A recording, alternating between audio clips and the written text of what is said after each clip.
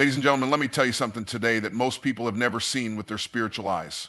Psalm 23 is not just for funerals. It's for finances. It's not a scripture of sorrow. It's a millionaire's mindset in disguise. The Lord is my shepherd, I shall not want. That's not lack, that's overflow. That's not survival, that's supernatural supply.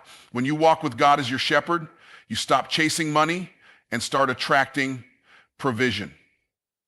You shift from need-minded to seed-minded. See, people who stay broke often have one thing in common. They think like sheep without a shepherd. No guidance, no direction, no vision. But when the Lord is your shepherd, you don't just wander, you walk in divine alignment. And where there is alignment, there is abundance. Let me break this thing down for you verse by verse so you can see the mindset hidden in the script. He maketh me to lie down in green pastures. That's rest in the midst of riches. That's peace in prosperity. God is saying, I will give you access to resources where you can lie down and still grow. A millionaire doesn't panic, they plan. They don't hustle, they harvest. He leadeth me beside the still waters. Still waters represent clarity. Every wealthy person has mastered calmness in chaos. The poor react. The wealthy respond. And when your mind is still, your decisions get sharper. That's millionaire thinking. Disciplined, directed, and divine. He restoreth my soul. Let me ask you this. How can you build wealth if your soul is bankrupt? True riches start from within. Restoration is not just about healing, it's about repositioning. You've been stuck because your soul was tired, but God is ready to restore your identity, your dignity, and your destiny. He leadeth me in the paths of righteousness for his name's sake. Millionaire minds are not just focused on money. They're focused on mission. You're not just making wealth, you're making legacy. You're not chasing riches, you're walking in righteousness. And when you follow the right path, provision follows you. Yea, though I walk through the valley of the shadow of death, hear me, valleys are temporary, but vision is eternal. Every wealthy person has walked through a shadow season. The valley is not your verdict, it's your vehicle. You're passing through, not pitching a tent. Don't build a mindset around your moment, build it around your mission. Thou preparest a table before me in the presence of mine enemies. A table, that means elevation, that means strategy, that means access. God doesn't just bless you in private, he makes your breakthrough visible. The millionaire mindset expects the table even when enemies surround them. While haters hate, God elevates. My cup runneth over. Now we're talking overflow, not just enough for you, but enough to bless others. Millionaires don't operate in barely get by. They operate in more than enough. And God didn't say the bank account runs over. He said the cup. That's internal. Because when your spirit overflows, your wallet follows. Sure, goodness and mercy shall follow me all the days of my life. That's automatic favor. That's divine security. That's heaven's insurance policy. The millionaire mindset doesn't chase blessing. It walks in obedience and lets blessing chase them. God's economy is not recession-proof, it's resurrection-proof. And I will dwell in the house of the Lord forever. That's the ultimate investment. The house of the Lord is where vision gets birthed, strategies get downloaded, and destinies are unlocked. So hear me loud and clear. Psalm 23 is not about pity, it's about prosperity. It's not about fear, it's about faith. It's not about death, it's about dominion. When you adopt this mindset, you don't just recite the psalm, you become the psalm. You don't just read the word, you live the word. You become the psalm, because millionaires aren't made in the bank. They're made in the Bible. The Lord is my shepherd, I shall not want. This one verse is a divine declaration of abundance. It's not just poetic language, it's a mindset, a millionaire's mindset. When the psalmist said, I shall not want, he wasn't hoping, he wasn't wishing, he was declaring. That declaration reveals the starting point of wealth, not in the wallet, but in the word. See, most people live their lives driven by lack. Their entire mindset is built on not enough. not enough time, not enough money, not enough education, not enough opportunity. That is a scarcity mentality, and it keeps people broke spiritually and financially. But this verse is the exact opposite. This is not a mindset that asks for permission. This is a mindset that walks in position. I shall not want is the language of someone who knows their source. The world teaches hustle, grind, and go get it. But the Bible starts with alignment. The Lord is my shepherd. Before there is abundance, there is authority. And when you submit to divine authority, you gain supernatural access. Access to ideas, access to strategies, access to favor. When the Lord is your shepherd, lack is no longer your landlord. Lack gets evicted from your thoughts. Poverty gets kicked out of your vocabulary, and small thinking is no longer welcome in your heart. Now, here's what most people miss. I shall not want isn't just about getting what you want. It's about no longer needing what you thought you needed. When God is your source, you stop looking to jobs, people, or systems for your provision. You stop chasing provision and start creating value. Because wealth isn't something you work for.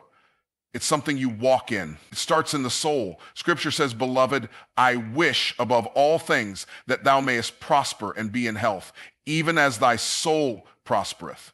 That means external wealth follows internal worth. And internal worth is rooted in your relationship with your shepherd. When people think like employees, they think, I hope I get paid.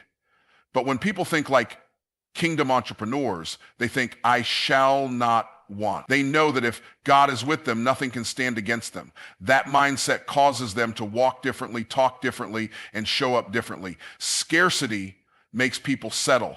Scarcity makes people play small, but abundance makes people take territory. You can't walk into a millionaire life with a beggar's belief. You can't own land with a renter's mindset. You can't build legacy with a just enough to get by attitude. So let me ask you, what thoughts are you tolerating that God never authorized? Who told you that you can't be rich and righteous? Who told you that wealth is wicked? Who told you that playing small honors God? That's not Psalm 23. That's tradition talking. That's fear masquerading as humility. Psalm 23 doesn't say I might not want. It says I shall not want. That is certain. That is faith. That is wealth thinking. And it's not based on your circumstances. It's based on your shepherd. See, millionaires are not afraid to say, I shall not want. Because they don't see money as their master. They see money as their servant. They understand that money is not the root of evil. The love of it is. So when you serve God and let money serve you, your mindset shifts from desperation to dominion, from hoping to harvest, from waiting to winning. Most people are trying to solve their money problem with money. But you don't fix mindset problems with material solutions. You fix mindset problems with truth. And the truth is, if the Lord is truly your shepherd, then your days of lack are numbered. Scarcity must bow to sufficiency. Not because you're lucky, but because you're led. Not because you're chasing, but because you're aligned. And let me be clear, this mindset doesn't make you lazy. It makes you laser focused. When you believe I shall not want, you stop wasting time on worry. You stop doubting your next move. You stop waiting for people to approve what God has already anointed. You start moving with purpose. You start thinking like a producer, not a consumer. You start creating solutions instead of complaining about problems. People with this mindset don't need more money. They need more revelation. Revelation that your provision is already promised. Revelation that your value is not in your bank account, but in your beliefs. Revelation that your shepherd is the CEO of the universe and he's not running out of supply. And that's why I shall not want is not just a verse, it's a vault. A vault full of wisdom, wealth, and divine strategy, but only those who think like heirs can access it. God doesn't respond to need, he responds to faith. And faith sounds like this: the Lord is my shepherd, I shall not want. He maketh me to lie down in green pastures. That's not just about rest. That's about readiness. That's not weakness, it's wealth. When most people read this verse, they imagine a soft place to lay their head. But when you've got the mindset of increase, when you've got the eyes of abundance, you realize this isn't about laying down physically, it's about being positioned spiritually.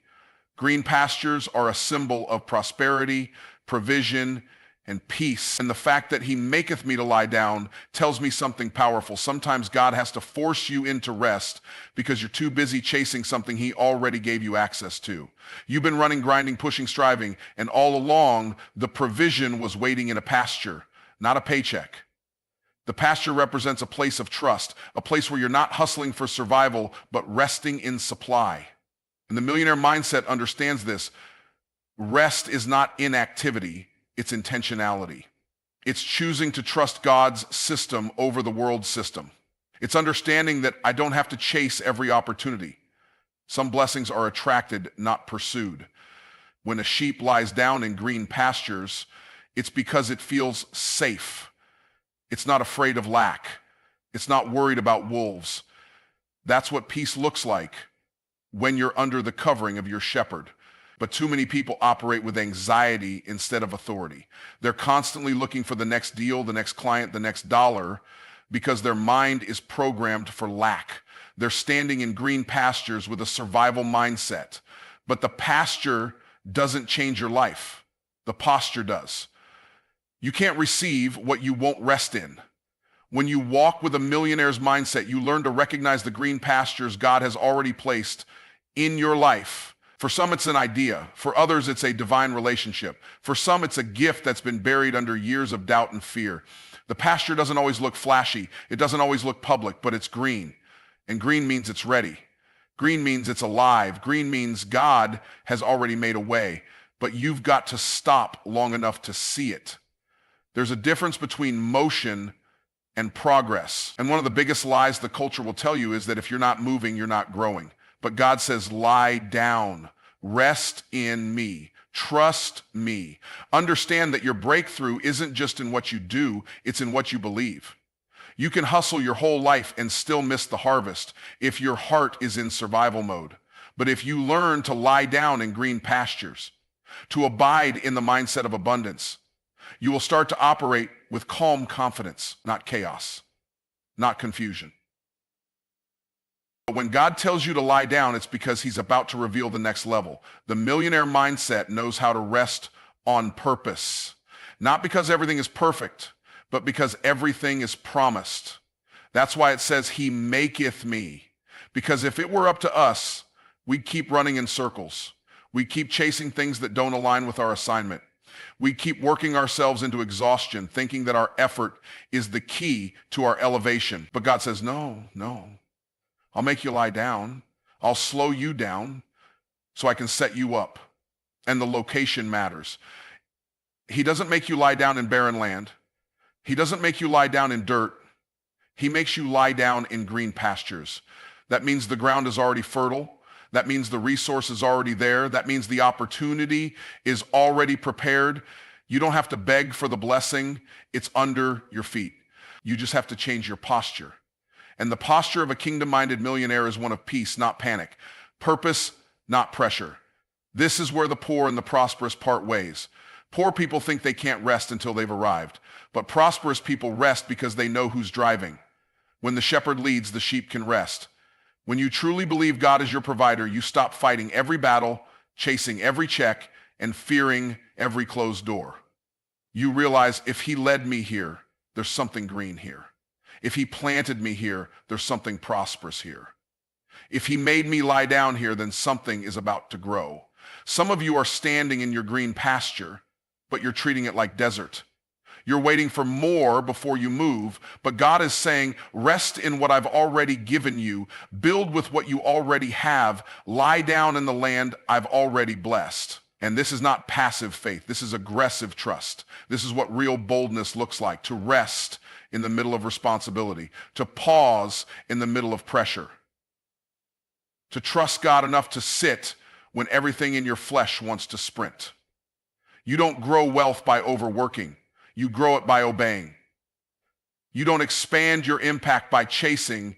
It expands when you position yourself in the promise. The pasture is your place of preparation, your place of peace, and your place of perspective. Because it's hard to see the big picture when you're always in motion. But when he makes you lie down, he's not just giving you rest, he's giving you revelation. And when revelation shows up, transformation begins. He leadeth me beside the still waters. This isn't just about a peaceful walk through nature. This is about divine strategy, about clarity, about the millionaire's mindset that refuses to make decisions in chaos. Still waters are a symbol of stability, reflection, and alignment. They represent that place where the noise of life is silenced and you can finally hear the whisper of God's direction. A wealthy life isn't built in confusion. It's built in clarity. The shepherd doesn't drive you into drama. He leads you beside still waters because he knows your next level can only be accessed when your mind is calm and your spirit is steady. People who are always busy, always panicking, always reacting, they can't receive vision. They can't receive insight. They're too distracted by the waves to notice the opportunity. But those who walk beside still waters understand the secret of success. Clarity always precedes cash flow. Before the breakthrough in your bank account, there must be a breakthrough in your belief system. Before the revenue shows up, the revelation must show up. And revelation requires stillness. Still waters don't just appear. You have to be led there. The fact that God leads you to them means you won't find them by accident. That's why so many people miss out on divine ideas. They're looking for them in the noise of Instagram, the noise of opinions, the noise of competition. But clarity isn't found in comparison. It's found in communion. When God leads you beside still waters, he's inviting you to step away from the noise of the crowd and tune into the frequency of heaven. Because divine strategy doesn't come from scrolling, it comes from stillness. A millionaire doesn't just operate from ambition, they operate from accuracy. They don't waste energy on things that look good but aren't God. That kind of precision only comes when your waters are still, when your spirit is settled, when your thoughts are no longer racing from fear to fear. That's why many are busy but not productive, active but not advancing, loud but not listening, because they skipped the stillness. They ignored the water. And without the water, you end up in the wilderness. Still waters also reflect. When the water is still, you can see your reflection. That's identity. That's awareness. That's vision. If you don't know who you are, you'll never recognize what you carry. And if you don't recognize what you carry, you'll sell yourself short for the rest of your life. But when God brings you beside still waters, he's not just helping you rest, he's helping you remember. Remember your calling.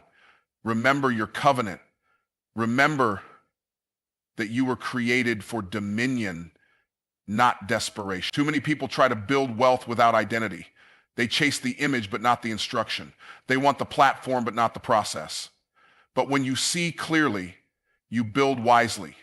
You invest boldly. You lead authentically. The millionaire mindset doesn't start with income. It starts with introspection. You've got to get still long enough to see what's been deposited inside of you. Still waters also quench thirst. And in business, your thirst is not just financial, it's visionary. You're thirsty for strategy, thirsty for innovation, thirsty for alignment. And that thirst can't be satisfied by hype or hustle. It's only satisfied at the waters of wisdom. This is where your next offer is birthed. This is where your next move is confirmed. This is where you stop second guessing and start executing. And execution without confusion is the birthplace of supernatural momentum. Some of you have been operating in muddy waters, waters full of worry, full of doubt, full of double-mindedness. But God doesn't lead you into murkiness. He leads you beside stillness. He leads you out of panic and into purpose, out of fear and into focus. And once you taste from those still waters, your appetite for chaos dries up. You no longer tolerate environments that drain you. You no longer stay in circles that confuse you, because once your spirit gets a taste of peace, it stops settling for pressure. A still mind is a sharp mind, and sharp minds attract sharp money. Wealth flows to clarity. Vision attracts provision, and clarity is the fruit of divine ardor. When your spirit is still, you stop forcing outcomes and start flowing in obedience. You stop striving for results and start aligning with instructions. And instructions from God don't need validation, they require execution. But you can't execute what you don't hear. And you can't hear what you won't get quite enough to receive. The path to 7 figures isn't paved with more effort. It's paved with more obedience. And obedience starts with clarity. God doesn't speak confusion, he speaks precision. And when he leads you beside still waters, it's not just for your refreshment, it's for your refinement. It's where the old mindsets are washed off and the new mindset is baptized. It's where the poverty thinking dies and the kingdom mentality is born. It's where the noise of the world gets silenced and the voice of God becomes loud. Still waters are sacred. They're not public spaces. Not everybody gets access. That's why you've got to protect your mind like it's your mansion. Protect your peace like it's your profit. Stillness is not a waste of time. It's an investment into your next level. Because when you drink from still waters, you stop leaking energy on distractions. You stop wasting days on dead ends. You start building with divine blueprints, not worldly templates. God leads you to still waters because he knows that's where you're the most powerful. That's where you're the most clear. That's where you're the most dangerous to the enemy. Because a still spirit is a storm to the systems of limitation. It's not passive, it's potent. Not empty, it's energized. Not confused, it's commanding. He restoreth my soul. Now that right there is one of the most underestimated wealth principles in all of Scripture. Restoration is not just a feel-good spiritual concept, it's a strategy for dominion. It's the divine reset that prepares you to step into the fullness of your assignment. When your soul is tired, your vision is blurry. When your soul is weary, your decisions become reactive instead of intentional. You can't build $1 million destiny with a broken inner world. That's why the shepherd doesn't just lead you, he restores you. Because wealth without restoration leads to burnout. Success without healing leads to sabotage. And momentum without wholeness leads to a crash. The word restore implies something was lost, broken, or depleted. And when you operate in the system of the world, depletion is normal. Burnout is expected. Exhaustion is worn like a badge of honor. But the kingdom operates differently. In the kingdom, you don't just grind, you grow. You don't just survive, you're sustained. And that kind of sustainability comes from soul restoration. Your soul is your mind, your will, and your emotions.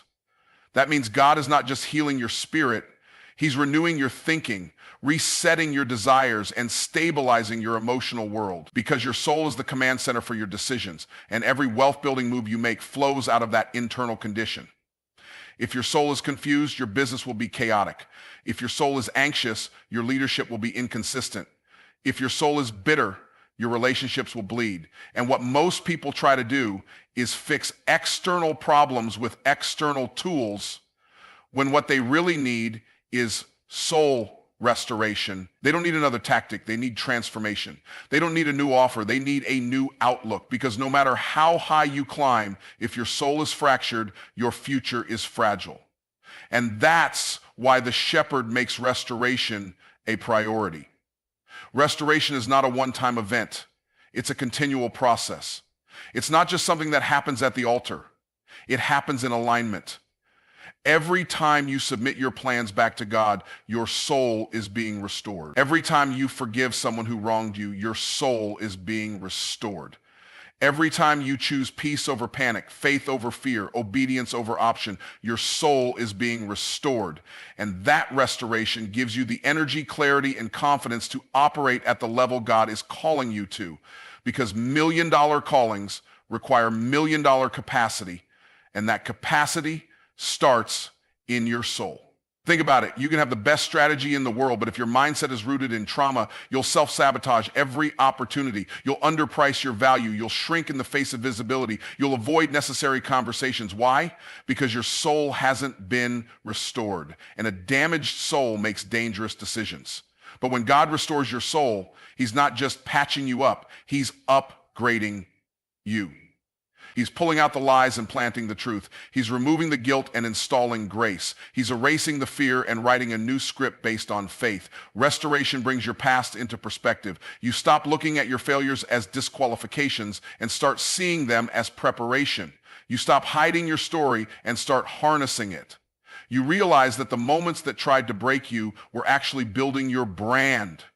And that awareness gives you a supernatural confidence. Because when your soul is whole, you stop living to prove something and start living to produce something. You stop operating from deficiency and start operating from dominion.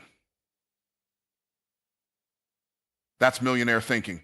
Not hustling from a place of hurt, but creating from a place of healing. And here's the truth. Most people don't need more money. They need more restoration. Because if God gave you what you were praying for before restoring your soul, it would crush you. The weight of the blessing would feel like a burden because your foundation wasn't strong enough to carry it. That's why he restores before he releases. He's getting your soul strong enough to steward the success. He's building internal structure so your external results don't collapse under pressure. And once your soul is whole, the overflow becomes sustainable. Restoration also gives you back your rhythm. When your soul is out of sync, your life is out of order. You can't hear clearly. You can't discern accurately. You misread people, misjudge timing, miscalculate risk. But restoration resets your rhythm. It tunes you back to the frequency of heaven. It helps you move with grace, not grind, with flow, not force, with wisdom, not weariness. And people who are in rhythm get more done with less effort because they're not swimming against the current, they're walking with the shepherd. When your soul is restored, you become dangerous in the best way. You're no longer driven by insecurity, but by identity. You stop mimicking other people's models and start moving in your own mantle. You stop looking for validation because you already carry the revelation. Your confidence doesn't come from applause. It comes from alignment. And alignment is the byproduct of restoration. It's not just about feeling better. It's about functioning better. Better as a leader, better as a parent, better as a builder, better as a believer. Restoration brings back what the enemy tried to steal. It recovers your confidence. It revives your creativity. It reawakens your calling. And that's why it's a vital part of the millionaire mindset, because you're not just trying to get rich. You're trying to build legacy. You're trying to shift generations. You're trying to represent the kingdom well. And you can't do that from a place of emotional bankruptcy. You need a restored soul, a renewed mind, and a refreshed spirit to carry the weight of divine assignment. He leadeth me in the paths of righteousness for his name's sake. This is not just about morality. It's about momentum. It's about alignment with divine direction that opens doors no hustle ever could. When you walk the paths of righteousness, you're not just doing what's right, you're moving in the rhythm of heaven's economy. You're being guided by strategy, not by struggle. There are a lot of paths in life, and not all of them lead to purpose. Some lead to profit without peace. Others lead to popularity without power. But the path of righteousness is the only one that leads to prosperity with purpose. It's the road where divine favor flows. It's where your character catches up to your calling. It's where your steps are not only ordered, but profitable. People think the righteous path is restrictive, that it's boring, that it's slow. But let me tell you what's really slow. Chasing success with no strategy. Trying to build wealth while ignoring wisdom. The righteous path is not the longer path, it's the smarter one. It's not the quieter road, it's the one with less traffic because few are willing to walk it. Most people want elevation without instruction. They want promotion without process. But the righteous path is where God develops the internal strength necessary to handle external blessings. When he leads you, it means you're not wandering, you're not confused, you're not desperate, you're not experimenting with your future. You are following a proven blueprint that's been laid out since before you were born. Paths of righteousness aren't just about being morally good, they're about being mission-minded. The righteous path is your assignment path. It's the road where provision meets purpose. It's where clarity meets calling. It's where increase meets identity. You're not just being good, you're being guided. And that divine guidance is what separates the wealthy from the merely busy. You can be on a profitable path and still be outside of your purpose. But when you're on the righteous path, profit follows purpose. Money flows to clarity. Resources chase responsibility. When you walk the path of righteousness, you become a magnet for the miraculous. Opportunities open that others can't explain. Doors swing wide without you having to force them. That's not luck, that's alignment. That's what happens when God leads and you follow. For his name's sake means that the success of your path is tied to his reputation. That changes everything. That means when you walk in obedience, you're not just representing yourself, you're representing heaven. When God leads you down a path, he's already factored in the obstacles, the opposition, and the outcome. His name is on the line, so failure is not an option. The world will try to get you to take shortcuts, to compromise your integrity for quicker results. But shortcuts cost more than they save. What you compromise to get, you'll eventually lose, but what you gain through righteousness, you'll have the grace to keep. The righteous path also protects your peace, because when you know you're in alignment, you don't have to second guess your decisions. You're not questioning if this move is right or if that door is real. You walk with conviction, you build with confidence, you invest with discernment. You know who you are, where you're going, and who is backing you. That kind of clarity is priceless. Most people are successful but stressed, rich but restless, elevated but empty, because they got what they wanted, but they left the path. They pursued the platform, but abandoned the process. God doesn't just care about what you build, he cares about how you build it.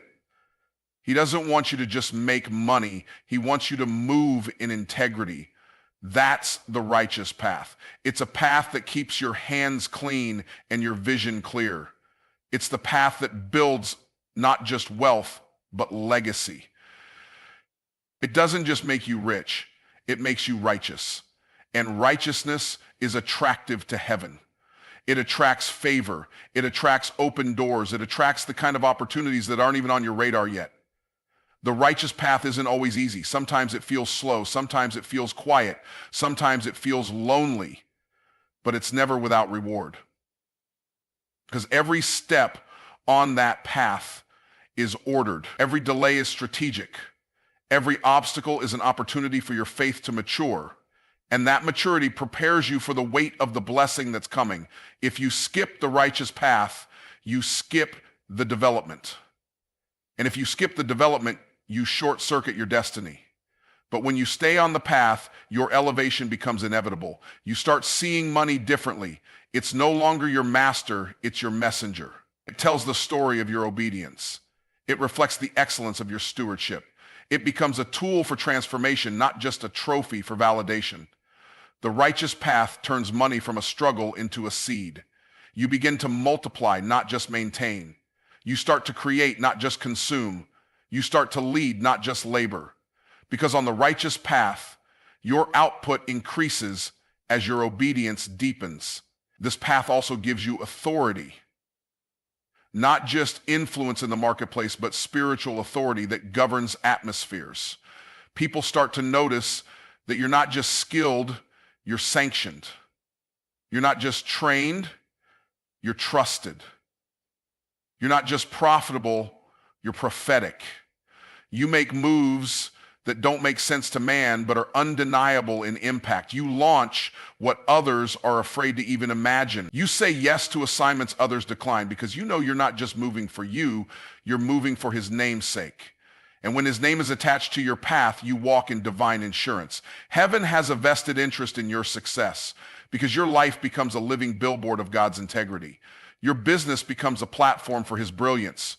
Your influence becomes a tool for his glory. You start realizing that every deal, every connection, every breakthrough is not just about your comfort. It's about his covenant. And covenant brings covering. Covering brings confidence. Confidence brings courage. And courage unlocks the future he designed for you before the foundation of the world. Yea, though I walk through the valley of the shadow of death, I will fear no evil. This is not a scripture about dying. It's a revelation about dominating. It's not about the end, it's about endurance. The valley is not your destination, it's a passageway. And the millionaire mindset understands this. Just because it's dark doesn't mean it's deadly. Just because it's a valley doesn't mean it's a verdict. Wealth is not built on mountaintops alone. It's forged in valleys, under pressure, in the places where fear wants to whisper and faith must shout louder. The valley is where the warrior is formed. The valley is where clarity is tested. The valley is where confidence is built. Most people think a valley season is a setback, but those with kingdom vision recognize it as a setup. Because if the shepherd is leading, the valley has to be part of the plan. There is no abundance without adversity. There is no elevation without opposition. The valley exists to expose your foundation, not to destroy you, but to develop you. And what you do in the valley determines how high you can go on the other side. The valley is where you stop depending on feelings and start depending on faith. It's where your business goes from being driven by emotion to being powered by conviction. It's where your excuses die and your execution is born. The valley of the shadow of death is a mental place before it's ever a physical one. It's the place where the enemy tries to convince you that it's over, that you're stuck, that the market is too hard, that the breakthrough is too far, that your calling is too late, that the vision is too crazy. But the text says shadow, not substance. And a shadow only exists because there's light somewhere. If there's a shadow, it means the light of God's presence is still near. It means the darkness is not final. It's temporary. The millionaire mindset knows how to walk when it's dark. It knows how to move forward without all the answers. It knows how to keep sowing even when it looks like nothing is growing. The difference between fear and faith is direction. Faith moves you. And in the valley, you don't stop. You walk. The verse says, yea, though I walk through, not sit in, not camp in, not build in. You're passing through. The valley is part of the journey, but not the whole story. You walk through bankruptcy. You walk through rejection. You walk through confusion. You walk through betrayal. You walk through stagnation. But you do not stop there, because what God has for you is on the other side. And the only way to reach it is to keep walking. Fear is a liar. And if you allow fear to narrate your valley, it will make you build in a place you were meant to pass through. That's why you've got to shift the soundtrack of your mind. Stop playing loops of limitation. Stop listening to voices that don't carry vision. Just because the valley feels like failure doesn't mean it is. Every valley you survive becomes a testimony that funds your authority. Every dark place you conquer becomes a deposit of boldness in your leadership. The millionaire mindset doesn't just build on success stories, it builds on scars. It takes the pain of the valley and turns it into strategy. It transforms hardship into help. It monetizes the message that was born in the mess. You're not walking alone in that valley. The shepherd doesn't abandon you when it gets dark. He walks with you. And his presence is not just for comfort, it's for confidence. When you know who walks with you, you stop negotiating with fear. You stop shrinking when adversity shows up. You stop doubting your ability to execute, because presence produces power. It's not the absence of struggle that defines the millionaire mindset. It's the presence of purpose. Purpose that overrides panic. Purpose that outlasts pain. Purpose that keeps moving when logic says stop. In that valley, your capacity gets stretched, your resilience gets tested, your creativity gets unlocked. You start seeing solutions in places that used to look like problems.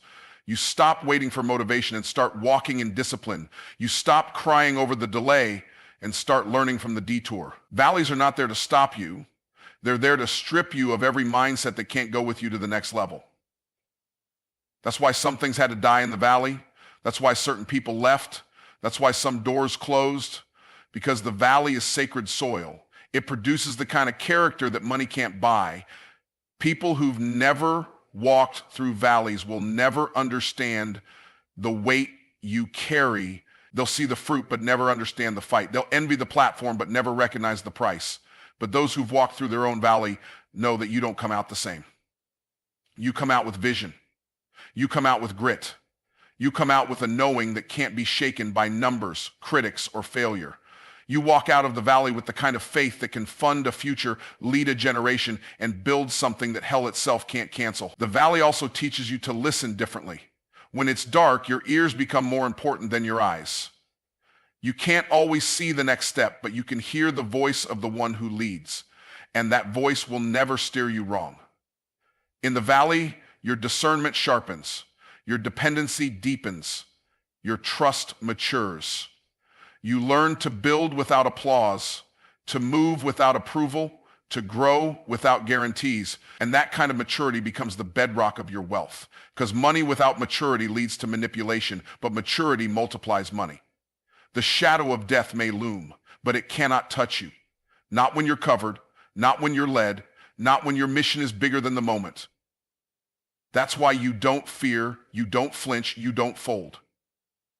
You walk through, and you come out with a testimony so rich, so potent, so undeniable that even your valley becomes a part of your value. Thou preparest a table before me in the presence of mine enemies. This is not just a poetic verse. It's a prophetic declaration. It's the posture of someone who knows they are chosen, called, and covered. When God prepares a table, he's not just offering you a meal. He's positioning you for manifestation. The table is a symbol of access, strategy, elevation, and honor. It's where plans are laid, decisions are made, and destinies are activated. But this table is not set in the safety of solitude. It's set in the presence of your enemies. That's intentional. That's divine strategy. Because the table is not just about your comfort. It's about your calling being confirmed in full view of those who doubted you. The millionaire mindset recognizes that not everyone clapping is a fan and not every critic is a threat. Enemies are often indicators that elevation is near.